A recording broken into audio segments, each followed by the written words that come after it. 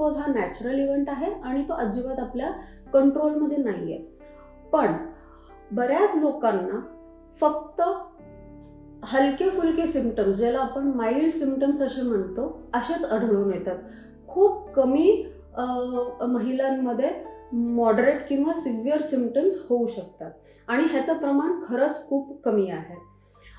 तर हा खूप मोठा गैरसमज आहे की जर मेनोपॉज झाला तर आपली सेक्शुअल ॲक्टिव्हिटी किंवा आपला जो सेक्स करण्याचा जो इच्छा आहे ती कमी होऊन जाते. असं अजिबात नाही आहे.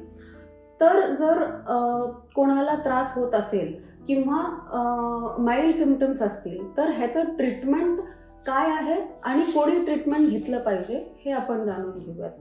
सर्वात आधी आपल्या गायनेकोलॉजिस्टला जरूर भेटा की तुमच्या हे जाणून घेण्यासाठी की तुमच्या शरीरामध्ये जे सिम्पटम्स तुम्हाला वाटत आहेत किंवा जे चेंजेस वाटत आहेत ते नक्की मेनोपॉजचे आहे किंवा दुसरा काही त्रास आहे किंवा दुसरा काही आजार आहे, हे जाणून घेणं खूप महत्त्वाचं आहे.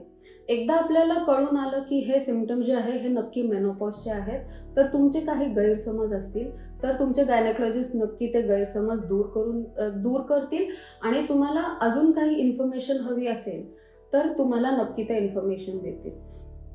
त्याच्याबरोबर जी वजायनाच्या आजूबाजूला जे मसल्स असतात, ज्याला आपण पेल्विक फ्लोर मसल्स असं म्हणतो, त्याचे काही एक्सरसाइज केल्याने आणि इन जनरल पूर्ण शरीराचे काही व्यायाम किंवा एक्सरसाइज केल्याने आपले शरीर जे असतं ते स्ट्रॉंग बनू शकतं आणि वजायना किंवा पेल्विक फ्लोर हे पण स्ट्रॉंग बनू शकतं. तर हे एक्सरसाइजेस तुम्हाला ॲडवाईज आणि शिकवणं हे दोन्ही पण तुमचे गायनेकोलॉजिस्ट आणि फिजिओथेरपिस्ट मिळून करतील.